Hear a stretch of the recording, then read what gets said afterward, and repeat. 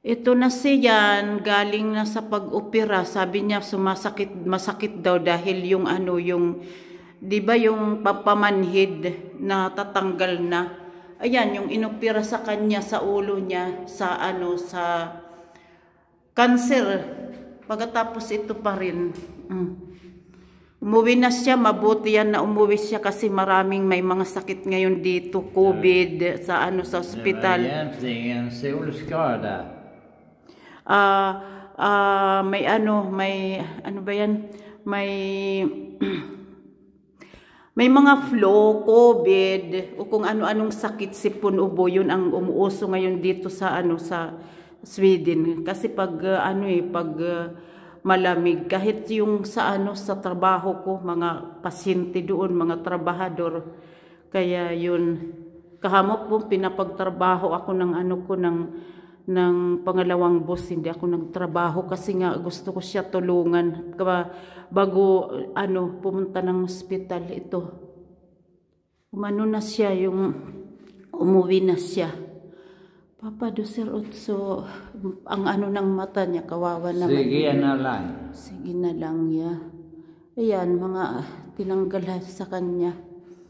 Yun sa ulo niya. Kasi yung ano, ganito ang nangyari noon. Nagkaroon siya ng hydrocephalus. Pagkatapos dito, ayan, hindi yata makita. Mayroon yan dyan. May butas yan, binutasan. Basta binutasan dyan. O pagkatapos, ayan yung ano, yung hose. Ayan. Ayan yung hose. Pagkatapos papunta ng ano niya, ng tiyan niya. Kasi nagpro-produce ng maraming tubig doon sa ulo niya. Kung hindi siya anuhan, yung uoperahan, magkaka-dementia siya. Sa Amerika, maraming may dementia doon dahil sa hydrocephalus. Pagkatapos punta yan ng ano niya, tiyan niya, pagkatapos pabalik sa ulo ang ano, ang tubig. Ganun yun, ganun, parang umiikot. Meron din nagkaka-hydrocephalus na mga ano, baby. Kaya yun. O sige, pagkatapos yung mga ilang araw lang ba yun o linggo, may nakita siyang butas dyan. Sabi niya yung doktor nagkamali, bakit binutasan ako 2 beses. Yung pala, cancer na pala yun. Pero mo mahigit 2 years, mabuti hindi nag-spread. Pagkatapos yung noong October, last October, pumunta siya doon sa ano, sa hospital.